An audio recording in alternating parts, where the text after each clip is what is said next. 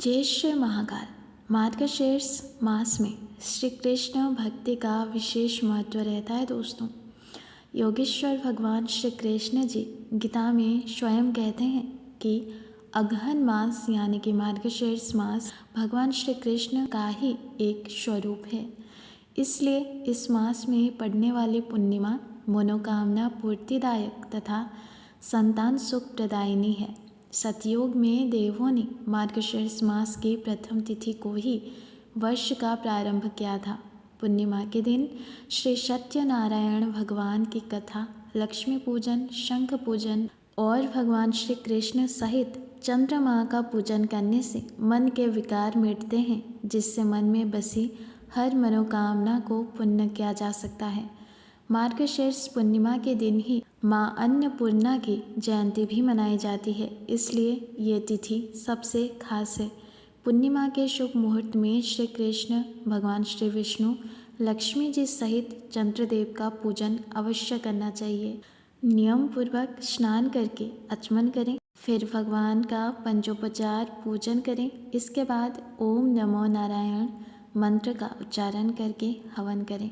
रात को चंद्रमा को अर्घ्य देते समय प्रार्थना करें कि मेरे द्वारा दिए गए अर्घ्य को हे चंद्रदेव आप स्वीकार करें। आप श्वेत किरणों से सुशोभित हैं, आपको नमस्कार है। आप श्री लक्ष्मी जी के भाई हैं, आपको नमस्कार है। और फिर मार्गशीर्ष पूर्णिमा या फिर उसके ठीक अगले दिन अपनी सामर्थ्य के अनुसार आप ब्राह्मणों को भोजन करा सकते हैं, उन्हें दान देकर विदा कर सकते हैं। और पूर्णिमा के दिन माता, बहन, पुत्री या फिर परिवार की अन्य स्त्रियों को भी वस्त्र देने चाहिए।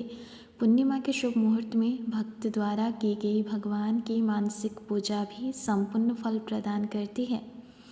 अपने विशिष्ट गुणों के कारण मार्गशीर्ष पूर्णिमा दुर्भाग्य को भी सौभाग्य में बदलने की क्षमता अपने अंदर रखती है। अगर किसी व्यक्ति को लंबे समय से कोई कष्ट है तो वो मार्गशीर्ष पूर्णिमा के दिन व्रत रखकर स्नान ध्यान द्वारा अपने दुर्भाग्य को सौभाग्य में बदल सकता है।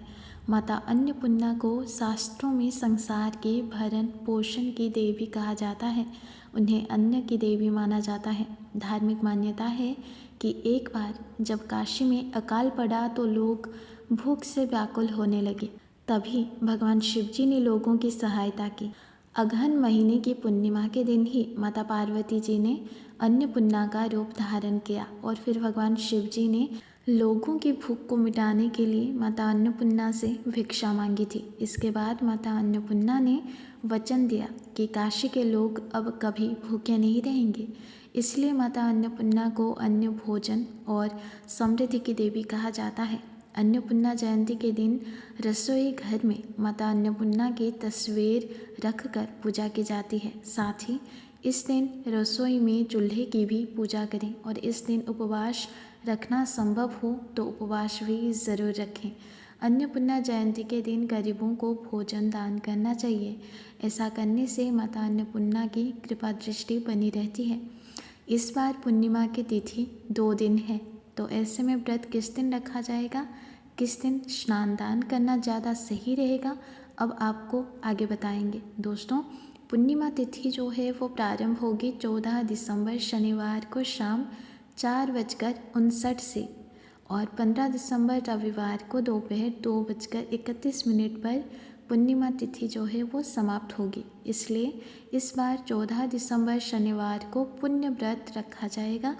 अन्नपूर्णा जयंती भी इसी दिन मनाई जाएगी और दत्तात्रेय जयंती भी इसी दिन मनाई जाएगी और 15 दिसंबर रविवार को भी इस बार पूर्णिमा का व्रत रखा जाएगा। पूर्णिमा का जो स्नान दान है वो उदया तिथि के अनुसार किया जाता है, तो आप 15 दिसंबर को ही स्नान दान कर सकते हैं। क्योंकि पूर्णिमा के व्रत में तुलसी जी की और पीपल के पेड़ की पूजा की जाती है, तो रविवार के दिन तुलसी जी में जल अर्पित नहीं किया जाएगा, ना ही पीपल के पेड़ का पूजन किया जाएगा। ऐसे में आप शाम की पूजा शनिवार के दिन कर सकते हैं। हालांकि व्रत जो है वो आप दोनों ही तिथियों में रख सकते हैं। जिस तिथि में भी आप व्रत रख रहे हैं उस दिन आपको पूर्णिमा के नियमों का पालन करना चाहिए। 14 दिसंबर शनिवार को सूर्योदय जो है वो होगा सुबह 7:04 पर और सूर्यास्त होगा शाम को 5:02 पर। ब्रह्म मुहूर्त सुबह 5:28 से शुरू हो जाएगा, 6:01 तक रहेगा। अभिजीत मुहूर्त की अगर हम बात करें तो वो रहेगा दोपहर 12 बजे से लेकर 12:42 तक। इस बार पूर्णिमा तिथि पर दोनों ही दिन बहुत ही शुभ योग बन रहे हैं। सर्वार्थ सिद्धि योग बन रहा है, जिसमें सिद्धि योग सुबह 8:02 तक रहेगा। उसके बाद में सिद्ध योग अगले दिन तक रहेगा। राहु काल की अगर बात करें तो वो सुबह 9 बजे से शुरू हो जाएगा, 10:30 बजे तक रहेगा। और इस दिन चंद्रोदय होगा शाम को 4:37 पर। हालांकि शाम को चंद्रोदय होने पर आप इसके बाद से कभी भी चंद्र देवता की पूजा करके व्रत का पारण कर सकते हैं। अब बात करते हैं 15 दिसंबर रविवार के मुहूर्तों के बारे में। तो दोस्तों, इस दिन सूर्योदय होगा सुबह 7:04 पर और सूर्यास्त होगा शाम को 5:39 पर। ब्रह्म मुहूर्त सुबह 5:28 से शुरू हो जाएगा, जो कि सुबह 6:16 तक ही रहेगा। अब साध्य योग की अगर हम बात करें तो वो सुबह 5:07 तक रहने वाला है और बाद में शुभ योग प्रारंभ हो जाएगा। तो आपकी जो भी मनोकामना है उसके लिए आप कोई खास उपाय यदि करना चाहें तो आप इन शुभ योगों में कर सकते हैं।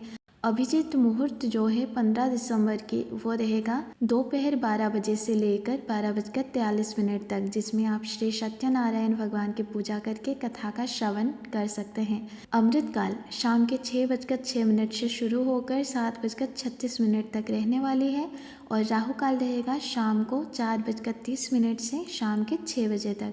अब दोस्तों, राहु काल को अशुभ मुहूर्त माना जाता है, तो कोई भी शुभ काम आप इस समय में ना करें। अब चलिए जानते हैं रविवार के दिन चंद्रोदय के समय के बारे में।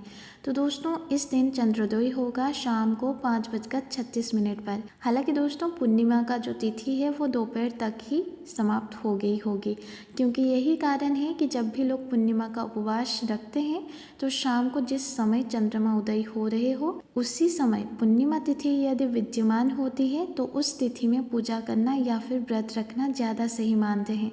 तो शाम को यदि आपने आज व्रत रखा है तो इस समय के बाद से जितनी जल्दी हो सके चंद्र देवता का पूजन करके व्रत का पारण आप कर सकते हैं। हालांकि दोस्तों, मार्गशीर्ष पूर्णिमा के साथ ही मार्गशीर्ष मास का समापन भी हो जाएगा और इसके बाद से पौष मास प्रारंभ हो जाएगा। पौष मास विशेष रूप से दोस्तों सूर्य देवता को समर्पित माना जाता है। तो दोस्तों, ये थी आज की वीडियो। अगर जानकारी अच्छी लगी हो तो वीडियो को लाइक, शेयर और चैनल को सब्सक्राइब करके हमें सपोर्ट करना बिल्कुल भी मत भूलिएगा। कमेंट में जय श्री महाकाल ज़रूर लिखिएगा। जय श्री महाकाल।